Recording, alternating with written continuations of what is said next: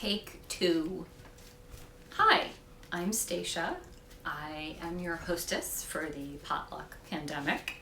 And in tomorrow's gathering, this is your invitation for tomorrow's gathering. Tomorrow's gathering is going to be to discuss the recipe of Metta. Goes by lots of other names: loving kindness, goodwill, benevolence.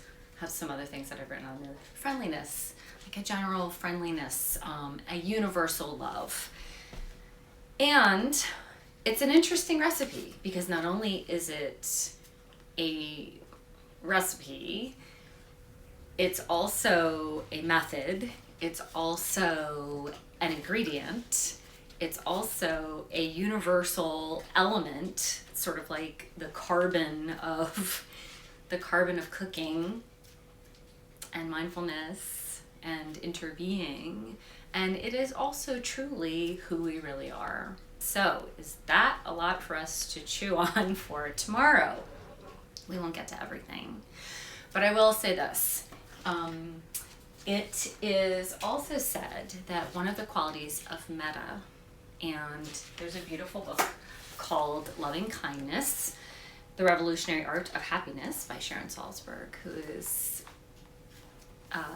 a wonderful, wonderful teacher on so many levels, and to me really just embodies this feeling of Metta, which is a lot like, you'll notice what I just did, it's a lot like softened butter or melted butter, that feeling that we get in our hearts, which is also who we really are. So ingredient we most resemble, as it turns out, as human beings, is pre-softened butter sitting on the counter, even melted butter.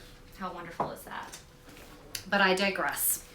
One of the things that Sharon talks about is this idea that we're mirrors for each other in our lives. And this is our mirror neurons, that we can reflect back to each other our inner radiance. So I have my mirror here, and it has two sides because, of course, as I am aging, I really need the 10 times magnification a lot more, I am noticing. And even though I'm looking askance a little bit, so stay with me. So this Metta is this quality that allows us to see the goodness in somebody else, usually pretty easily, no matter who they are. We can see their goodness, we can see their radiance, we can detect that melted butterness about them. Metta is also one of the hardest recipes to make for oneself and to offer to oneself. But a beautiful thing about this is that as we practice with it, we can mirror back to each other. We can do what is called reteaching a thing its loveliness. So it holds so much possibility. Isn't that beautiful?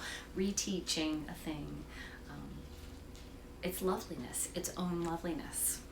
So that is my hope tomorrow, that by being together in our gathering, in our collective, that we can begin to look more clearly back and forth across the table, see ourselves reflected, see our own goodness, see each other's goodness. And this is something that amplifies. It's like a giant Metta steam that comes up and clouds, like in a giant, the good kind of mushroom soup cloud, over the gathering itself, and it extends and it expands. It's lovely. It's that stone soup idea again. So we'll be practicing with some a traditional Metta meditation. So we'll do something short with that, and meaning I'm going to teach you the basics. I'll offer you the basic recipe.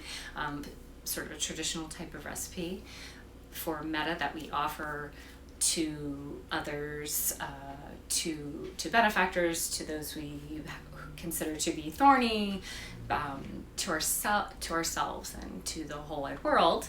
And in addition, we really are going to focus on the Metta and the loving kindness that we need to offer back to ourselves, especially at this time. There's so much pain and suffering, and Metta is like a golden it is like a funnel. We're going to talk about funnels tomorrow as a tool, but it is something that is kind of a superpower. And not only is it right here, but it's something we can direct this golden funnel either direction, in all the directions in all the multiverse, as they say.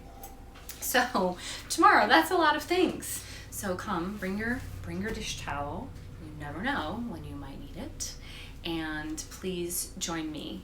So let me know if you would like to come. You can always you can direct message me and I can give you the Zoom link. So we'll be meeting here in this kitchen via Zoom tomorrow, which is Sunday, 11 a.m.